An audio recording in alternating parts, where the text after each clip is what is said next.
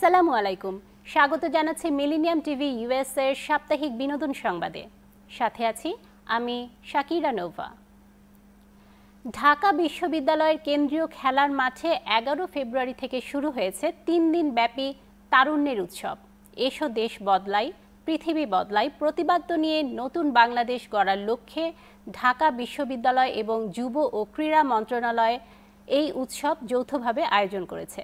13 ফেব্রুয়ারি বৃহস্পতিবার এ আয়োজনে গান গাইলেন নগর বাউল জেমস ও ব্যান্ড আর্টসেল। বিশ্ববিদ্যালয়ের কেন্দ্রীয় খেলার মাঠে কনসার্টটি অনুষ্ঠিত হয় সন্ধ্যার পর থেকে। পুরো কনসার্টটি সবার জন্য উন্মুক্ত। সন্ধ্যা 6টায় মঞ্চে পারফর্ম করে আর্টসেল, এরপর 8:30টায় নগর বাউলের মঞ্চে জেমস গান গাইলেন। গত 11 ফেব্রুয়ারি প্রধান অতিথি হিসেবে উৎসবের উদ্বোধন করেন যুব ও ক্রীড়া মন্ত্রণালয় এবং স্থানীয় সরকার, পল্লী উন্নয়ন ও সমবায় মন্ত্রণালয়ের উপদেষ্টা আসিফ মাহমুদ সজীব ভূঁইয়া। উৎসবের প্রথম দিন কর্মসূচির মধ্যে ছিল চিত্রাঙ্কন প্রতিযোগিতা, তরুণ উদ্যোক্তাদের স্টল পরিদর্শন, পরিচ্ছন্নতা অভিযান ও বিতর্ক প্রতিযোগিতা। সাংস্কৃতিক আয়োজনের মধ্যে ছিল গান, নৃত্য, কবিতা আবৃত্তি ও লোকগান, লালন গীতি, হাসন রাজার গান। সন্ধ্যা 7:30টায় ব্যান্ড সঙ্গীত পরিবেশন করে নকশিকাঁথা সাজেদ ফাতিমি। চলচ্চিত্র পরিচালক অনন্য মামুনের বাবা আবু মাসুদ মারা গেছেন। 13 ফেব্রুয়ারি বেলা 11:30টায় তিনি বগুড়ায় নিজ বাসায় শেষ নিঃশ্বাস ত্যাগ করেন। ইন্না লিল্লাহি ওয়া ইন্না ইলাইহি রাজিউন। তার বয়স হয়েছিল 75 বছর। পারিবারিক সূত্রে জানা গেছে 13 ফেব্রুয়ারি বাদ এশা মরহুমের জানাজা অনুষ্ঠিত হবে। এদিকে অনন্য মামুন ঢাকায় ছিলেন এবং বাবার মৃত্যুর খবর শুনে দ্রুত বগুড়ার উদ্দেশ্যে রওনা হয়েছেন। তিনি গণমাধ্যমকে বলেন, সকালেও বাবা ভালো ছিলেন, ছোট বোনের কাছে পানি চান, সেটা পান করার সময় হাত থেকে গ্লাস পড়ে যায়, এরপরই তার মৃত্যু হয়। আমি রাস্তায় আছি, পৌঁছার পর বাবার দাফন সম্পন্ন হয়। তিনি জানান, এশা জানাজার পর আবু মাসুদকে দাফন করা হয়। চলচ্চিত্র জগতে অনন্য মামুনের যাত্রা শুরু হয় 2006 সালে সোহানুর রহমান সোহানের কথা দাও সাথী হবে ছবির কাহিনীকার ও সংলাপ রচয়িতা হিসেবে। অনন্য মামুন পরিচালিত প্রথম ছবি মোস্ট ওয়েলকাম। এরপর তিনি কলকাতার পরিচালক অশোক পতির সঙ্গে আমি শুধু চেয়েছি তোমায় ছবি নির্মাণ করে আলোচনায় আসেন। সর্বশেষ তার নির্মিত দরদ সিনেমা মুক্তি পেয়েছে। দীর্ঘদিন পর জুটি হয়ে ফিরছেন তারা, আর সেটাও হতে যাচ্ছে ঈদের বিশেষ নাটকে। এ নিয়ে দ্বিতীয়বারের মতো ঈদের নাটকে একসঙ্গে অভিনয় করলেন দেশের নন্দিত দুই তারকা আফজাল হোসেন ও সাদিয়া ইসলাম মৌ। চয়নিকা চৌধুরী পরিচালিত কোনো একদিন নাটকে তাদের স্বামী স্ত্রী চরিত্রে অভিনয় করতে দেখা যাবে। পরিচালক জানান, নাটকের গল্পটি হৃদয় ছোঁয়া। এতে আফজাল হোসেনের চরিত্রটি ক্যান্সারে আক্রান্ত, তার বোন ম্যারো স্থানান্তর করা প্রয়োজন। যদিও অনেকের সঙ্গে মিল ছিল না বোন ম্যারো, একসময় তার অফিসে হাজির হয় এক যুবক। এরপর ঘটতে থাকে নানা রোমাঞ্চকর ঘটনা, যা দর্শকদের মন ছুঁয়ে যাবে। নাটকটি রচনা করেছেন ফারিয়া হোসেন এবং এতে আরও অভিনয় করেছেন সৌম্যজ্যোতি, তন্ডি মাহমিদ, তৃণা, আজম খান প্রমুখ। এর শুটিং শেষ হয়েছে গত সোমবার। নির্মাতা চয়নিকা চৌধুরী বলেন, আফজাল হোসেন এবং মৌ আমাদের ইন্ডাস্ট্রির উজ্জ্বল দুই নক্ষত্র। তাদের সাথে কাজ না করলে বুঝতে পারতাম না একজন আফজাল হোসেন কত বড় মাপের মানবিক মানুষ। মৌয়ের পেশাদারিত্ব আমাকে মুগ্ধ করেছে। অনেক যত্ন নিয়ে ছবিটি তৈরি করেছি। আশা করছি ঈদের বিনোদনের অনেক আয়োজনের ভিড়ে আমাদের নাটকটি সবার নজর কাড়বে। আফজাল মৌ জুটিও নাটকটি নিয়ে আশাবাদী। তারা দর্শককে আমন্ত্রণ জানিয়েছেন প্রচারের পর এটি উপভোগের জন্য। নাটকটি রঙ্গন মিউজিকের ব্যানারে নির্মিত হয়েছে। আসছে ঈদ উল ফিতরে এই প্রতিষ্ঠানটির ইউটিউব চ্যানেলে দেখা যাবে কোনো একদিন। এটাই কি শহর কলকাতা, যাকে শিল্প সংস্কৃতির আতুরঘর বলে দাবি করে শহরবাসী? দেশ বিদেশের সংস্কৃতির মুক্ত চর্চার জন্য বিখ্যাত যে শহর, সেখানেই কিনা নিষিদ্ধ হলো প্রখ্যাত পরিচালক ঋত্বিক ঘটকের 2 সিনেমার প্রদর্শনী। অবাক করা হলেও এটাই সত্যি। রাজনীতির রং যখন ট্যাগ হয়ে যায়, তখন এমন অনেক কিছুই যেন স্বাভাবিক হয়ে আসে। আনন্দবাজারের দেয়া খবরে সেটাই প্রমাণ হলো। কলকাতায় রাজনীতি এবং শিল্পের সম্পর্ক দিন দিন জটিল হয়ে উঠছে। তারই প্রভাব পড়ল ঋত্বিক ঘটকের মতন মহান পরিচালকের সিনেমার প্রদর্শনীতে। গত 12 ফেব্রুয়ারি ঋত্বিক ঘটকের জন্ম শতবার্ষিকী উপলক্ষে ঋত্বিক মেমোরিয়াল ট্রাস্টের পক্ষ থেকে নাকতলা হাই স্কুলে কোমল গান্ধার এবং আমার লেনিন ছবিগুলো প্রদর্শনীর কথা ছিল, কিন্তু ছবিগুলো প্রদর্শন করার অনুমতি হঠাৎ করেই বাতিল করা হয়।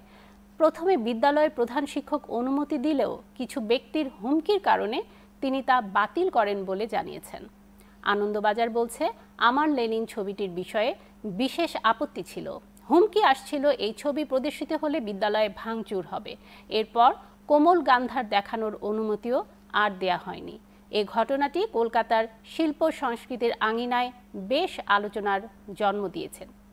প্রতিবাদে সোচ্চার হয়েছেন অনেকেই। তাদের মধ্যে পরিচালক অনিক দত্ত এবং অভিনেতা রুদ্রনীল ঘোষ ক্ষোভ প্রকাশ করেছেন প্রকাশ্যেই। অনিক দত্ত বলেন, এভাবে প্রতিবাদ করাটা যেন নিজের অযোগ্যতাই স্বীকার করা, তাই প্রতিবাদ করতেও ইচ্ছা করে না। এটা সেই শহরের অবস্থা যাকে শিল্প এবং সংস্কৃতির কেন্দ্র বলে দাবি করা হয়, ভাবতেই পারছি না। বলিউড শাহেনশাহ অমিতাভ বচ্চন নতুন প্রজন্মের সঙ্গেও তাল মিলিয়ে চলতে পারেন। তার প্রাণশক্তির কাছে যেন তরুণরাও হার মানে। বয়স তার কাছে শুধুই সংখ্যা মাত্র। এখনও যে কোনো চরিত্রে সাবলীল অভিনয় করেন তিনি। বড় পর্দার পাশাপাশি জনপ্রিয় রিয়েলিটি শো কৌন বনেগা ক্রোড়পতির সৌজন্যে সেরা সঞ্চালকের তকমাও পেয়েছেন অমিতাভ। এই প্রজন্মের কাছে বিগ বি এক অনুপ্রেরণার নাম। অমিতাভের আদর্শকে পাথেয় করে জীবনে এগিয়ে যাওয়ার লক্ষ্যে পৌঁছতে চায় শোবিজে কাজ করতে আসা নতুনরা। অমিতাভও নতুনদের জন্য নিয়মিত ব্লগ টুইটে বিভিন্ন বিষয় শেয়ার করেন, কিন্তু শনিবার 8 ফেব্রুয়ারি অমিতাভের একটি পোস্ট চোখে পড়তেই মন খারাপ তার ভক্ত অনুরাগীদের। এটি দেখে সবাই মনে করছেন, তবে কি তিনি অভিনয়কে বিদায় জানাচ্ছেন বলিউড শাহেনশাহ? এ নিয়ে এখন তুমুল আলোচনা চলছে।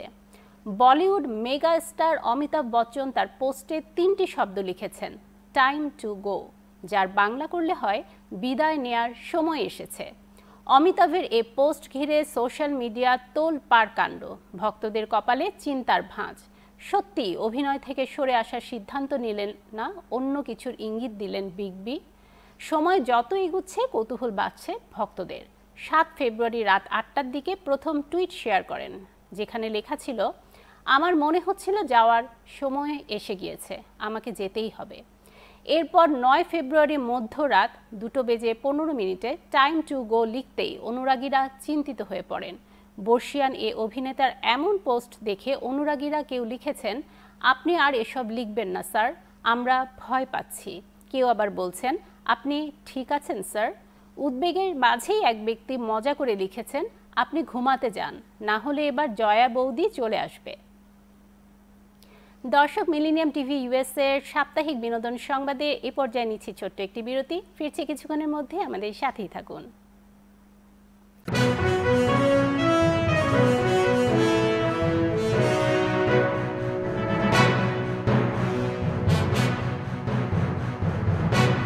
প্রিয় দর্শক, প্রবাসীদের অর্থায়নে পরিচালিত মিলেনিয়াম টিভি এবং millennium TV USA millennium multimedia Bangladesh লিমিটেডের একটি প্রতিষ্ঠান, যা সম্প্রচারের প্রথম দিন থেকেই প্রবাসীদের কথা বলে।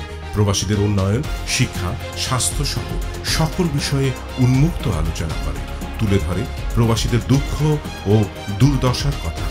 মিলেনিয়াম টিভি এবং মিলেনিয়াম টিভি ইউএসএ প্রাণ প্রবাসীরা। মিলেনিয়াম টিভি স্বনির্ভর বাংলাদেশের কথা বলে, উন্নয়নের কথা বলে এবং ঘটে যাওয়া অনিয়ম, অপরাধের কথা তুলে ধরে। মিলেনিয়াম টিভি বিনোদন এবং তথ্যমূলক অনুষ্ঠান সম্প্রচার করে। নিউজ, ভিউজ, টক শো এবং এন্টারটেইনমেন্ট অনুষ্ঠান সম্প্রচারের জন্য প্রবাসে এবং বাংলাদেশে দর্শক নন্দিত একটি জনপ্রিয় পূর্ণাঙ্গ টিভি চ্যানেল। প্রিয় দর্শক, মিলেনিয়াম টিভি সম্প্রচারিত হয় হরাইজন স্যাটেলাইটে। পাশাপাশি পডকাস্ট এবং লাইভ স্ট্রিমিং করা হয় আইওএস এবং অ্যান্ড্রয়েড ডিভাইসে। এছাড়াও বিশ্বজুড়ে সকল ধরনের smart TV, Amazon fire stick, রুকু এবং অ্যাপেল টিভিতে দেখতে পাবেন মিলেনিয়াম টেলিভিশন। আমাদের ওয়েবসাইট millenniumtvusa.com, millenniumtv.org।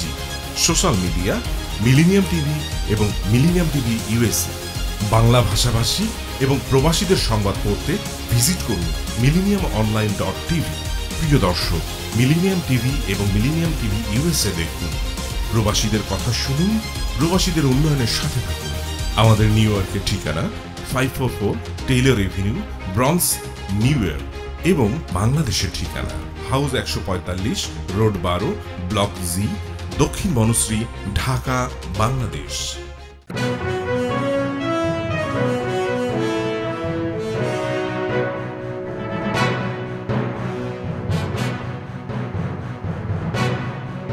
স্বাগত মিলেনিয়াম টিভি ইউএস এর সাপ্তাহিক বিনোদন সংবাদে। বলিউডে 90-এর দশকের জনপ্রিয় নায়িকা হিসেবে ক্যারিয়ার গড়েছিলেন। অনেক হিট সিনেমা উপহার দিয়েছিলেন তিনি। কাজ করেছেন করণ অর্জুনের মতো কালজয়ী সিনেমাতেও। ক্যারিয়ারের মধ্য গগনে হঠাৎ হারিয়ে যান তিনি, ছিলেন না কোনো খবরে। বলছি বলিউড ডিভা মমতা কুলকার্নির কথা। সম্প্রতি সন্ন্যাস গ্রহণ করে আলোচনায় আসেন তিনি। তার এই সিদ্ধান্ত ভক্তদের মধ্যে বিস্ময় এবং হতাশা দুই সৃষ্টি করেছে। সন্ন্যাস জীবনে প্রবেশের পর মমতা কিন্নর আখড়ার মহামণ্ডলেশ্বর পদে অধিষ্ঠিত হয়েছিলেন, কিন্তু নানা বিতর্ক ও সমালোচনার মুখে ওই পদ থেকে তাকে বহিষ্কার করা হয়েছে। মমতা ইনস্টাগ্রামে এক ভিডিও শেয়ার করেছেন। সেখানে তিনি জানিয়েছেন নিজেই পদটি থেকে সরে গেছেন, তবে তার পদটি নিয়ে নানা জটিলতা হচ্ছে বলেও দাবি করেন তিনি। অভিনেত্রী বলেন, আমি মহামণ্ডলেশ্বর মমতা নন্দগিরি পদ থেকে পদত্যাগ করছি। কিন্নর আখড়া বা উভয় আখড়ার মধ্যেই আমার পদ নিয়ে কিছু সমস্যার সৃষ্টি হয়েছিল। কোনো সমস্যার মধ্যে আমি থাকতে চাই না। ভিডিওতে মমতা আরও বলেন, আমি 25 বছর ধরে আধ্যাত্মিক জীবনযাপন করছি, ভবিষ্যতেও এই পথে চলব। বলিউড ছেড়ে 25 বছর ধরে সন্ন্যাস জীবনই বেছে নিয়েছি। এটি ছিল আমার আত্মার আহ্বান। সেটা অনেকেই বুঝতে পারছে না, তাই আমার পেছনে পড়ে আছে। যেসব মানুষ তার মহামণ্ডলেশ্বর পদ নিয়ে আপত্তি জানিয়েছেন তাদের সমালোচনা করতে চান না মমতা। তিনি বলেন, আমি তাদের কিছুই বলতে চাই না, কারণ আমার মনে হয়েছে তারা জানেও না সন্ন্যাস জীবন কি। তারা ভেতরে ভেতরে অনেক বেশি জাগতিক আর রাজনীতিমুখী। সন্ন্যাস জীবন এইসব আদর্শের কথা বলে না। আমি কোনো বিতর্ক চাই না, শুধু এই কথাটুকু বলি, আচার্য লক্ষ্মীনারায়ণ ত্রিপাঠীজির প্রতি আমার গভীর শ্রদ্ধা। জানা যায় মমতা কুলকার্নি মহামণ্ডলেশ্বর হওয়ার পর থেকেই তার বিরুদ্ধে আপত্তি ওঠে। কিন্নর আখড়ার সংস্থাপক ঋষি অজয় দাস মমতাকে মহামণ্ডলেশ্বরের পদ থেকে বহিষ্কার করেছেন।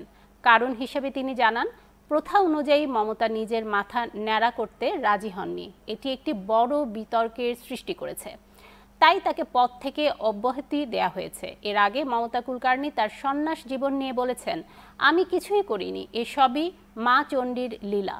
তিনি আমাকে বেরিয়ে আসার নির্দেশ দিয়েছেন, তাই সব কিছু ছেড়ে দিয়ে এই জীবন বেছে নিয়েছি। বলিউড ভাইজান সালমান খানকে দেখতে বেশ শান্ত মনে হয়, কিন্তু রেগে গেলে তিনি মুহূর্তেই অগ্নিশর্মা হয়ে যান। মাঝে মাঝে তিনি একটুতেই রেগে যান। মন মেজাজ ভালো থাকলে সালমান সব সময় প্রিয়জনের পাশে থাকেন, তবে রেগে গেলে কাছের মানুষকে সমস্যায় পড়তে হয়।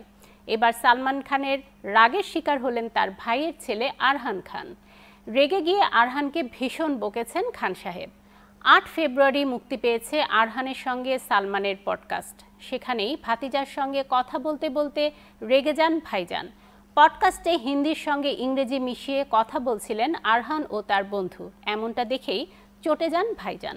সালমানের আপত্তি, কেন শুধু হিন্দিতে স্বতঃস্ফূর্তভাবে কথা বলে না আরহান।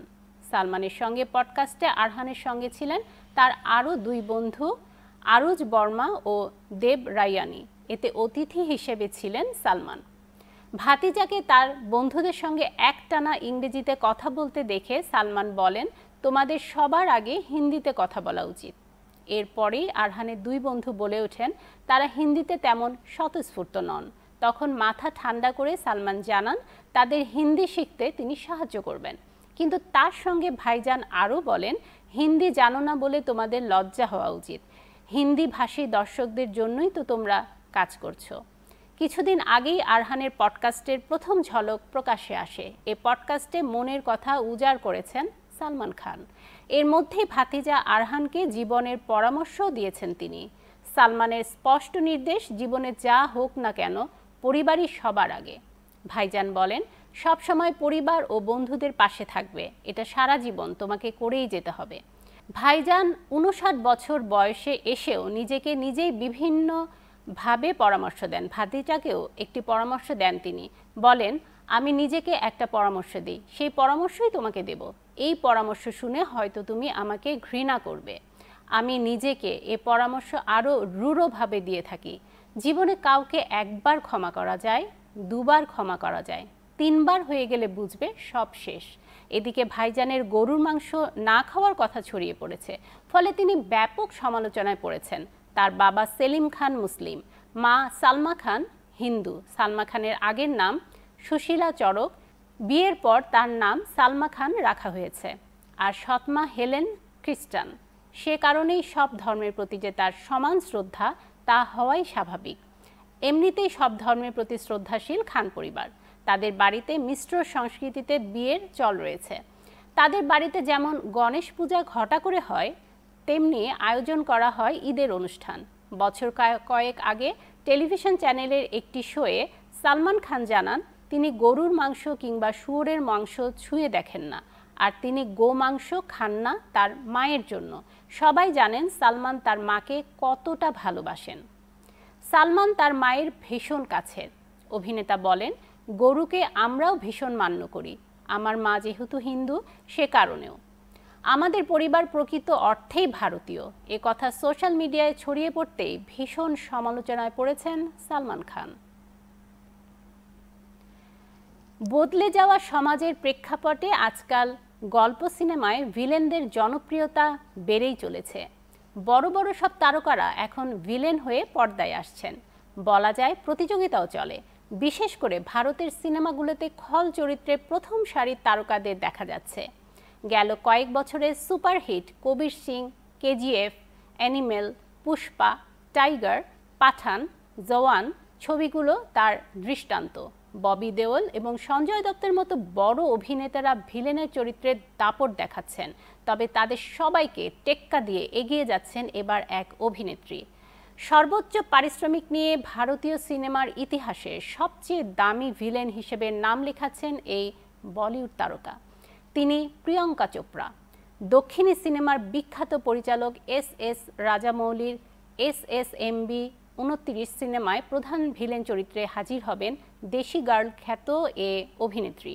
চরিত্রটিতে অভিনয়ের জন্য মোটা অঙ্কের পারিশ্রমিক পাবেন তিনি, যা হতে যাচ্ছে ভারতীয় সিনেমার ইতিহাসে ভিলেন চরিত্রের জন্য সর্বোচ্চ। জানা গেছে এই সিনেমার বাজেট ধরা হয়েছে 1000 কোটি রুপি। ভারতীয় সিনেমার সবচেয়ে ব্যয়বহুল সিনেমা হতে যাচ্ছে এটাই। রাজমৌলি এই ছবিতে প্রিয়ঙ্কার পারিশ্রমিক হিসাবে 30 কোটি রুপি নির্ধারণ করেছেন। এর আগে কোনো পুরুষ বা নারী শিল্পী ভিলেন চরিত্রে এত পারিশ্রমিক নেননি বলে দাবি পিঙ্ক ভিলার। এর আগে ববি দেওল অ্যানিমাল সিনেমার জন্য 4 থেকে 5 কোটি টাকা পারিশ্রমিক নিয়েছিলেন। সঞ্জয় দত্ত KGF 2 এবং লিউ সিনেমায় ভিলেন চরিত্রের জন্য 8 থেকে 9 কোটি রুপি নিয়েছেন। বিজয় সেতুপতি জওয়ান সিনেমায় ভিলেন চরিত্রে অভিনয় করে 21 কোটি রুপি এবং সাইফ আলী খান আদিপুরুষ সিনেমায় রাভনের চরিত্রে পেয়েছিলেন 10 কোটি রুপি পারিশ্রমিক।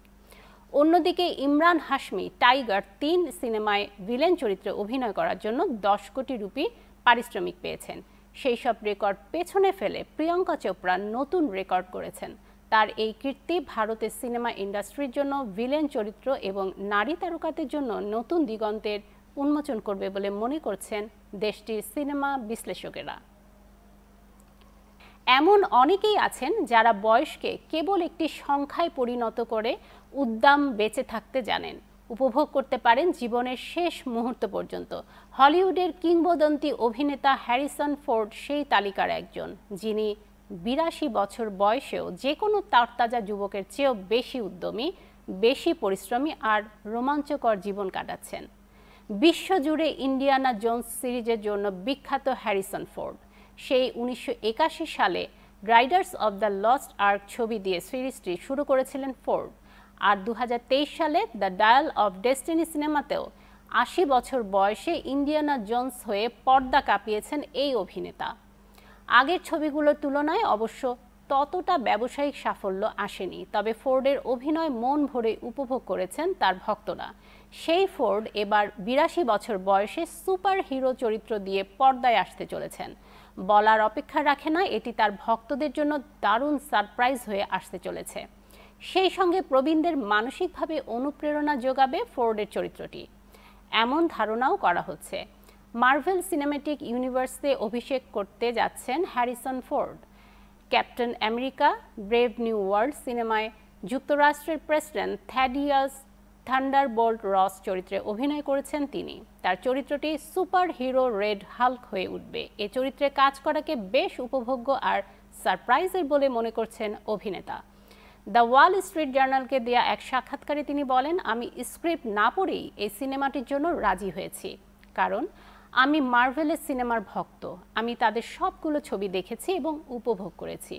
আমি লক্ষ্য করেছি এমসিইউ এর সিনেমাগুলোতে কাজ করে অভিনেতারা ক্যারিয়ারে ভালো সময় কাটাতে পারে, তাদের ছবিগুলো মানুষ গ্রহণ করে। তাই এ ধরনের সফল কাজগুলোর সঙ্গে যুক্ত হওয়া নিয়ে সন্দেহ থাকা উচিত নয়। তিনি আরও বলেন, কাজ করতে গিয়ে টের পেলাম এই সিনেমায় অভিনয়ের সিদ্ধান্তটি আমার জন্য বিস্ময়কর অভিজ্ঞতা হয়েছে, বিশেষ করে যখন আমি জানলাম আমার চরিত্রটি সিনেমায় রেড হাল্কে পরিণত হবে। এটা ছিল অসাধারণ। দর্শক অবশ্যই রেড হাল্ককে স্বাগত জানাবে এবং মনে রাখবে।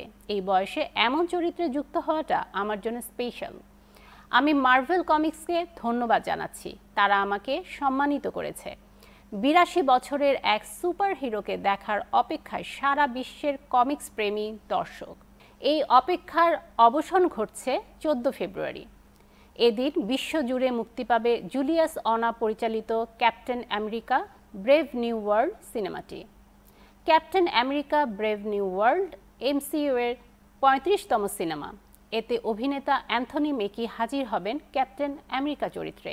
এছাড়াও আইজেয়া ব্র্যাডলি চরিত্রে কার্ল নাম্বলি, ইসরায়েলি নারী সুপারহিরো সাবরা চরিত্রে শিরা হাস, সাইড ওয়ান্ডার চরিত্রে জিয়ান কার্লো এসপোসিতো, বেটি রস চরিত্রে লিভ টাইলার এবং লিডার চরিত্রে অভিনয় করেছেন টিম ব্ল্যাক নেলসন।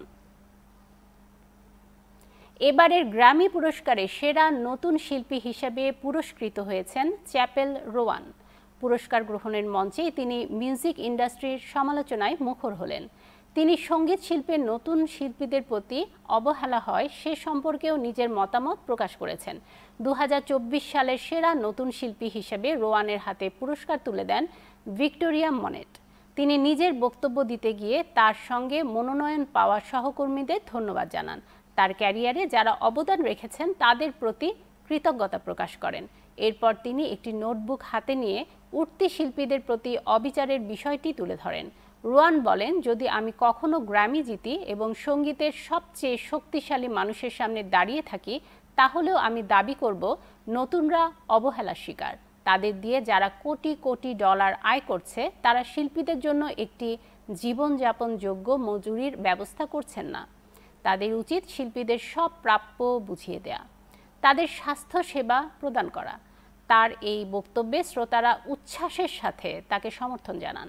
রোয়ান তার ব্যক্তিগত অভিজ্ঞতা শেয়ার করে জানান, তিনি যখন একজন কিশোরী হিসেবে একটি মিউজিক প্রতিষ্ঠানের সঙ্গে যুক্ত হন তখন তার কোনো কাজের অভিজ্ঞতা ছিল না, স্বাস্থ্যসেবার সুবিধাও ছিল না।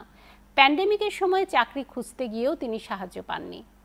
আমার শিল্পের প্রতি এতটাই আনুগত্য ছিল বলে শেষ করা যাবে না, কিন্তু আমি প্রতিদানে দেখেছি অবহেলা ও অনাদর। আমাকে সমর্থন করার কেউ ছিল না ইন্ডাস্ট্রিতে। আমি একেবারেই হতাশ ছিলাম, গান করার স্বপ্নের প্রতি নত হয়ে পড়েছিলাম, রোয়ান বলেন। তিনি আরও যোগ করেন, লেবেলগুলো বলে যে তারা আমাদের পাশে আছে, কিন্তু আমরা দেখি আসলে তারা নতুনদের পাশে নেই। থাকে কি? এই প্রশ্ন দিয়ে তিনি তার বক্তৃতা শেষ করেন। রোয়ানের এই বক্তব্যে উপস্থিত সবাই দারুণভাবে সমর্থন করেন হাততালিতে। এ সময় সাবরিনা কার্পেন্টারকে আবেগাপ্লুত দেখা যায়। সেরা নতুন শিল্পী পুরস্কারের জন্য এবারের প্রতিযোগিতা ছিল অত্যন্ত কঠিন। বেনসন বুয়ন, সাবরিনা কার্পেন্টার, ডোচি, খ্রুয়াংবিন, রেই, সাবুজি এবং টেডি সোয়েমস নামক প্রতিযোগীরা ছিলেন রোয়ানের সঙ্গে। পুরস্কারের আগে কিছু মনোনীত শিল্পী তাদের সঙ্গীত পরিবেশন করেন। রোয়ান তার পারফরমেন্সে শ্রোতাদের পিঙ্ক পনি ক্লাবে নিয়ে যান, যা লস অ্যাঞ্জেলসের প্রতি তার ভালোবাসা প্রদর্শন করে। তিনি বলেন, পিঙ্ক পনি ক্লাব হলো লস অ্যাঞ্জেলসকে নিয়ে আমার প্রেমপত্র। আমি এই শহরটিকে ভালোবাসি। লস অ্যাঞ্জেলস আমাকে নিজেকে প্রকাশ করার সাহস দিয়েছে। এখানে আমার সবচেয়ে স্বাধীন অনুভূতি হয়। এই ছিল মিলেনিয়াম টিভি ইউএসএর সাপ্তাহিক বিনোদন সংবাদে।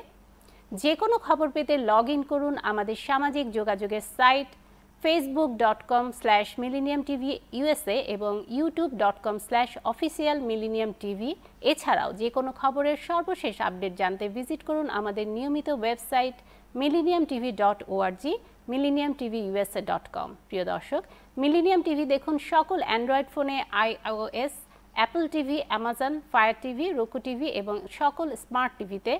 আপনারা যে যেখানে থাকুন ভালো থাকুন, সুস্থ থাকুন, মিলেনিয়াম টিভির সাথেই থাকুন। আল্লাহ হাফেজ।